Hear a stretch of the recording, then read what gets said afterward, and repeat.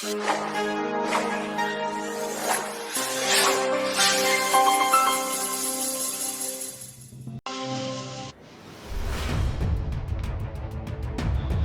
జిల్లా దర్శి మండలం లగోజులపల్లిలో ఘోర రోడ్డు ప్రమాదం చోటు చేసుకుంది.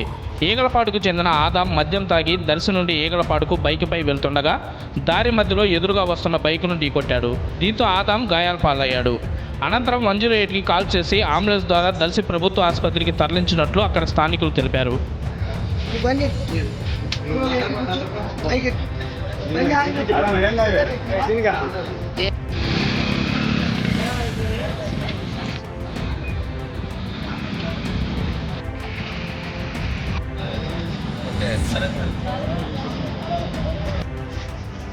గ్లోవ్ వేసుకోలేదు ఇప్పుడు